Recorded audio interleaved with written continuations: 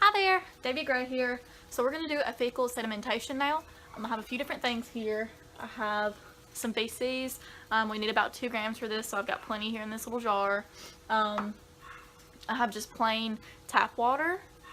I have a tube to transfer for centrifugation, some cheesecloth, and then I also have a tiny presser here. So what I'm going to do is I'm going to start by just pouring my tap water into this tube with the feces.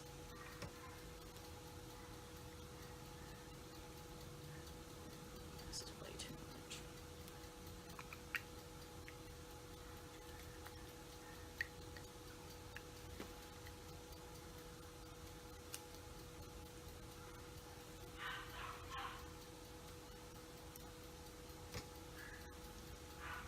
And I want a good, really thin consistency.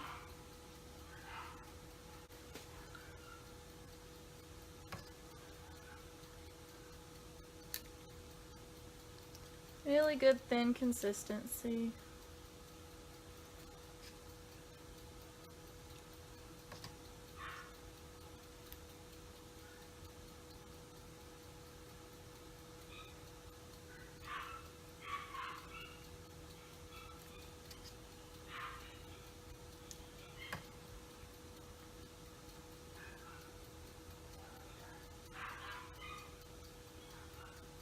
Okay, so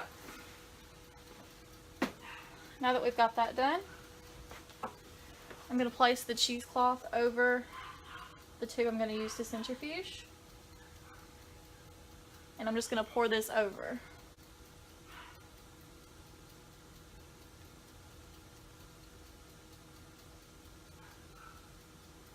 Pouring nice and slowly so that we don't make a huge mess, because this is very easy to make messes with.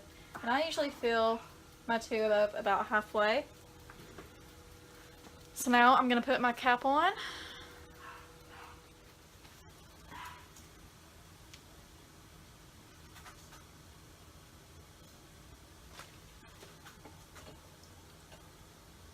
I'm going to balance it with another tube.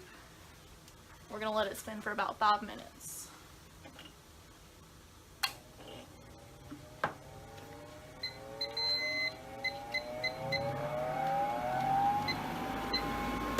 Okay, so our feces has been spinning in the centrifuge for about 5 minutes now, so I'm going to take it out.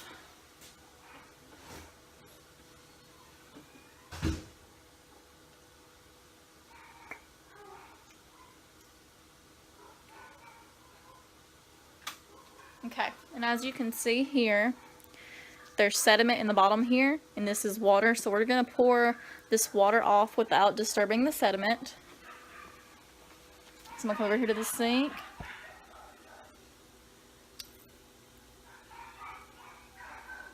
Okay, so all we have left in there is the sediment now. Okay, so what I'm going to do now is I'm going to grab a pipette.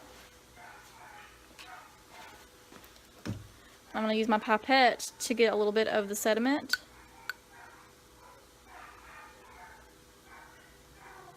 Okay, and I'm going to put that on a microscope slide.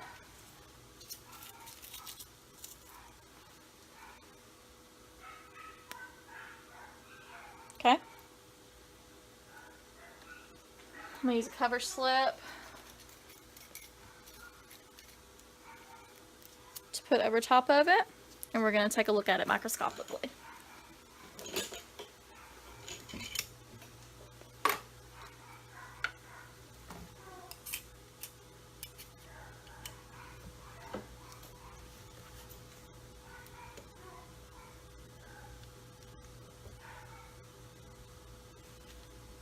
I'm going to take my goggles off so I can actually see.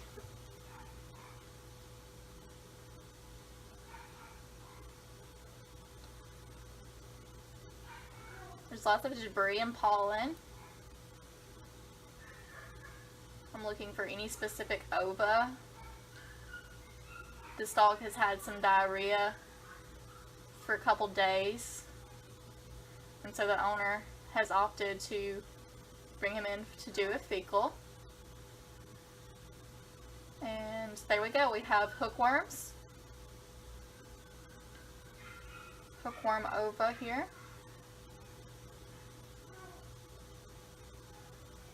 So these are Anaclostoma canium.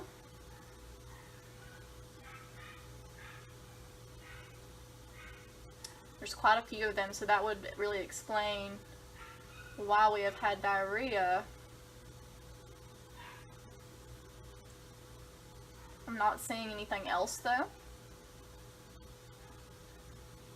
Okay, so we're going to go over here and we're going to record these results in the patient record.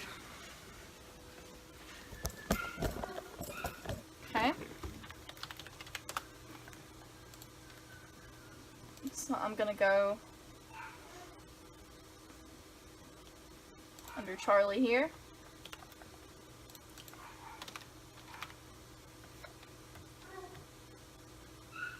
And put in a fecal.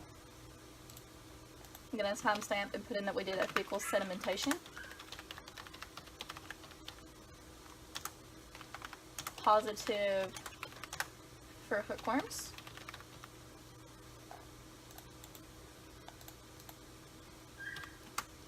Okay, and we're going to get him some medicine for that. And so now this is in our patient chart, so we can look back at it at any time and know that this patient has had hookworms. So if this happens again, we'll know for sure, hey, we need to check and do a fecal and see if he has any hookworms.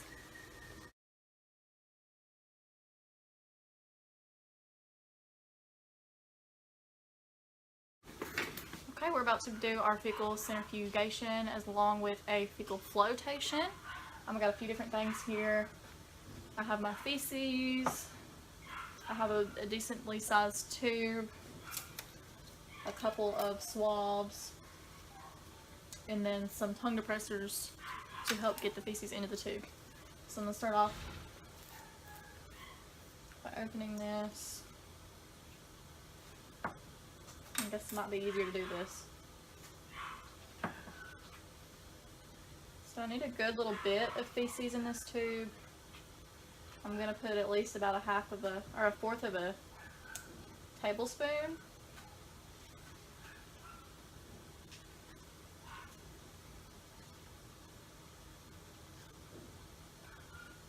Okay, that should be enough. This is really soft.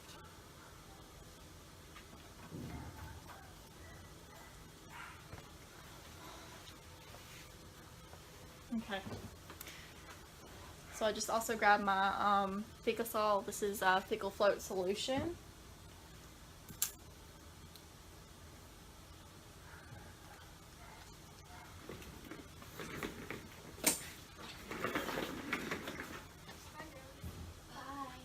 Okay, so I'm gonna fill this.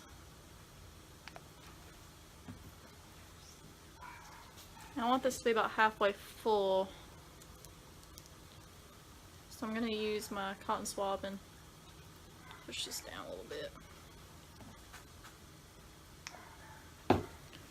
What I'm doing is I'm mixing to get a good consistency. We don't want any big chunks of feces in there.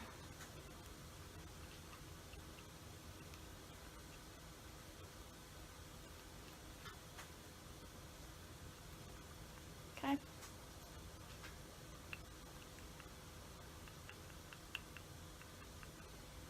Once we get that good and stirred, we're going to add some more fecal solution until it's about half an inch away from the rim. Okay, it's about like that. I'm going to put my cap on it.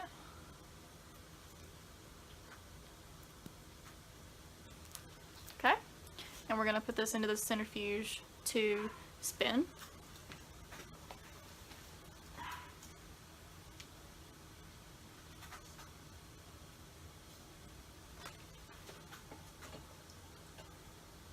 I'm going to balance it with another tube. We're going to let it spin for about 5 minutes. Okay, so now our centrifuge has finished spinning. It was spinning for about 5 minutes. So I'm going to take the fecal tube out of the centrifuge.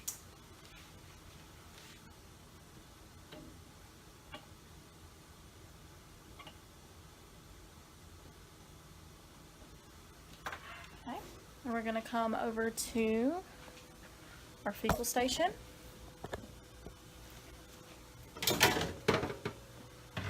I'll take this cap off.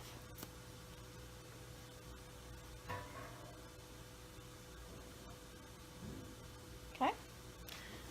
Now,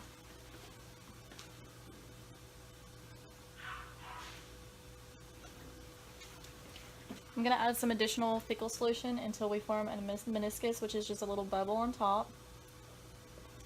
I'm going to get a cover slip, place the cover slip on the meniscus like so, and then we're going to let this sit for 15 minutes. Okay. Alrighty, so our fecal has been sitting here for 15 minutes now, so I'm going to go ahead and get a clean slide, and I'm going to put the cover slip on the slide, and we're going to take a look at it under the microscope.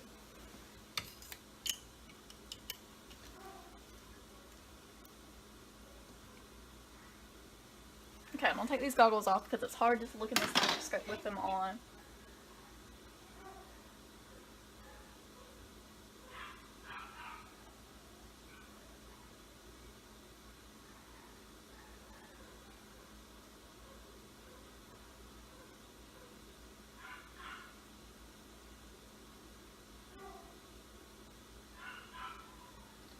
There's a lot of debris and pollen. A lot of pollen are what we call pseudoparasites because it looks like it could be a parasite, but it isn't.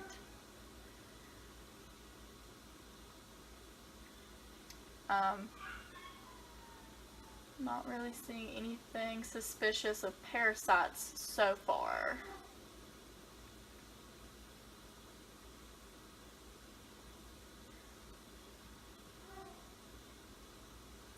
This patient came in for vaccinations, so we don't have any symptoms of parasites. We have no prior history of parasites, so I'm not expecting to see anything.